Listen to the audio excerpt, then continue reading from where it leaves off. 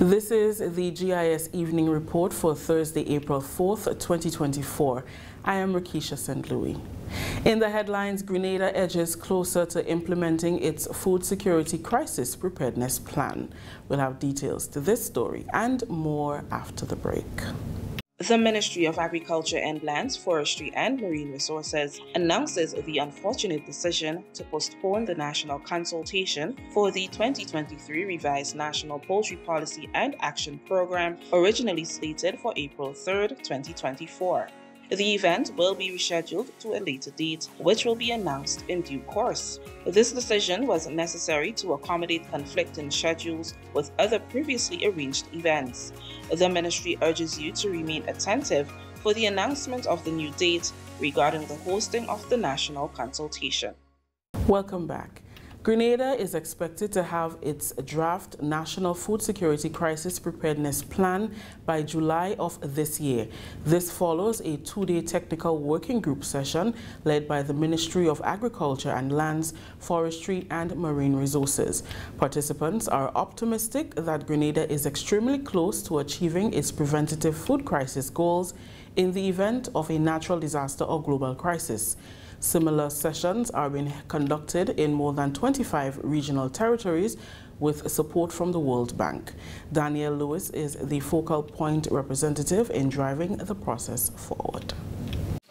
And what essentially happened today, the government of Grenada has received some resources from the World Bank to develop a food security project. And once from the World Bank, and once, resources received from any country to develop that plan, they are obligatorily have to put in place a food security crisis preparedness plan. And really and truly, I think from right now there's about 25 countries who are in the process of developing that plan. So some are at an advanced stage. Lewis explains the relevance of the sessions following lessons learned from the impact of severe hurricanes and recently the global pandemic. Food and nutrition security is critically important. You could see what's happening in the world today. We just came out from over the last couple of years, and a recent pandemic that really undermined countries' food security. We saw that the disruption in the supply chain, prices became high, and it put countries under real pressure. The issue about food and nutrition security is very, very serious. And the whole issue is how it is you could develop a plan that is done by in a highly consultative manner with the input of critical stakeholders, including farmers group, input suppliers, people from the shipping agency, the ministries of health and NADMA and so forth. Several stakeholders and partners including ICA, NADMA, the Ministry of Health, the Grenada Development Bank, the Grenada Food and Nutrition Council, among others, are working to compile the National Response Plan. Technical specialist for the Inter-American Institute for Cooperation on Agriculture, ICA, Gregory Del Sol, spoke to the importance of the plan. The Food Security Crisis Response or Crisis Preparedness Plan is very important for Grenada. And this workshop is the foundation, or sets the foundation as to what this plan will entail, how will we go about implementing this plan, who will be the key stakeholders involved in the implementation of this plan. So today, the workshop that we are attending now is critical for that. Hopefully, we will have the support of all the stakeholders that are here gathered and those that are not here in terms of how do we go about implementing implementing what we have planned out here. Before we have been, how would I put it, we have been reacting. We have not been programmatically planning to address these things before they come. We have always been reacting after the fact. So hopefully this activity that we're doing here and this plan that we are developing will put us in a better position to address crises, to identify crises even before they occur, and to address them in a more strategic and systematic way when they do occur. Land Use and Project Officer in the Ministry of Agriculture and Lands, Forestry and Marine Resources, Joseph Noel, was also among agricultural officials who attended the two-day session. We are all quite aware of the negative impacts that climate change and climate variability, natural hazards, extreme weather events, armed conflicts, disruptions in shipping, disease outbreaks, pandemics, pest and disease outbreaks on crops, among crops and animals and so livestock. We're quite aware of how all of these can negatively impact the food and nutrition security of our country. So having a comprehensive food and nutrition security crisis preparedness plan in place where all stakeholders can work collaboratively even before a crisis.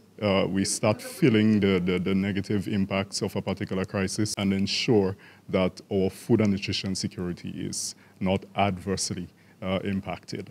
Member of the Upper House Senator, the Honorable David Andrews, says the emphasis on the amendments to the Road Traffic Amendment Bill should not be the possible risk involved, but the benefits to the economy and professional services.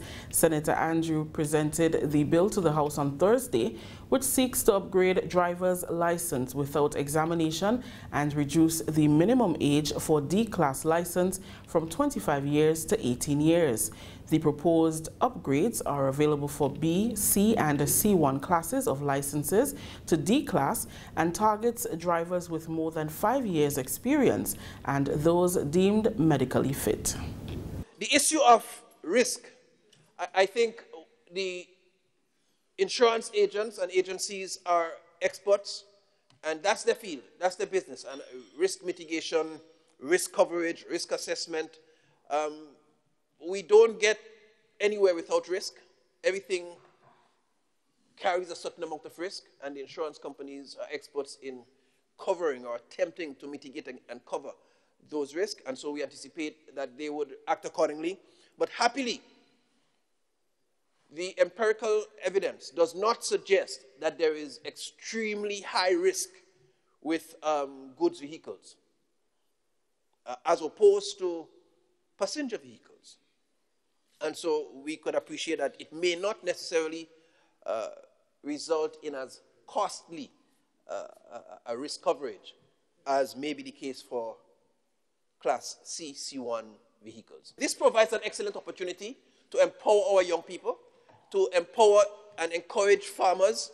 In fact, I know the senator on the other side for farmers would be quite elated to hear that, because it allows for a lot more young persons to be enabled, to be empowered, to get engaged in the construction sectors, in the business sectors, in the agriculture sectors, and this we know will serve our economy well.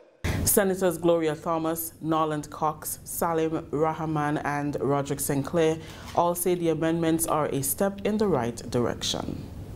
We must have a group of young people that are supported in developing a business or strengthening their business. Madam President, we must commit to people's empowerment, especially our youth. This gives many of our youth hope. Some may argue that this is risky, but there will always be some measure of risk involved in all areas of life. I think this is a very good first step, and it's a good idea. However, there are some matters I just want to expound on a little bit as regards to this amendment. I know that initially the whole concern, I think, via the insurance companies had to do with risk. After just attaining a driver's license at the age of 18, in terms of the experience and the capability to handle a particular type of vehicle, I think that is where the whole concern emanated from. However, we recognize the challenge in terms of the restrictions, in terms of opportunities for persons based on the type of business. So I think while there might be a cost associated with for persons who now have to go and get a license at a particular age, I think the insurance company may, in some cases, charge more because, of course, the risk does not remove itself in any way whatsoever. However, the opportunity is there for such individuals who may have to pay a little more, but you will give them an opportunity to actually utilize that vehicle to carry out the duties. So I think that is, it's a good thing. I'm very pleased with this change. Sometimes very small changes can have a big impact on our economy. And I believe this is one of them. And quite frankly, I don't understand how it took so long to change this. It has been obvious for so many of us. And I've spoken about this more than once, as did my colleague next to me. A few things. One, it will provide new opportunities for businesses to hire drivers. It will provide young people coming out of school an opportunity to start their own business and go to the bank and get one of these used sales vans and go around the country and do their own business. It is really a tool that will help to empower our young people. This would create also new opportunities for persons, the mechanics, and all of those other areas. So I think that this injection, I wonder why we have to be sitting down and think about this thing so long. Again, as I say, maybe it was because it was outside of the box. With this said, Madam President, I provide full support to something I supported before. This is the GIS Evening Report. Still to come, government supports certification of beauty and wellness professionals. Carriacou Maroon and String Band Music Festival 2024, April 26th to the 28th. Coming together to preserve and showcase our culture is who we are. Friday the 26th, Belmont at the Chapel. Early morning libation, 3 p.m. Saraka, 7 p.m. the official opening ceremony and cultural evening. Saturday from 10 a.m. Hillsborough Square. It's Strings in the City. Then at 8 p.m. we move to the Botanical Gardens for cultural explosion with local and regional performances featuring Touch the Band. Admission $60. Then on Sunday, it's the grand finale, Paradise Beach. From 12 noon, musical entertainment. And from 4 p.m., Paradise Beach Bands, cultural entertainment and live music. Admission $20.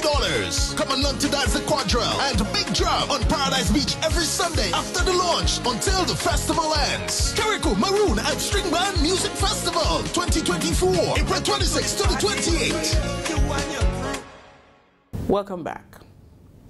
Over 150 members of the local beautification industry have already registered for the 6-month certification program, which is scheduled to start later this month.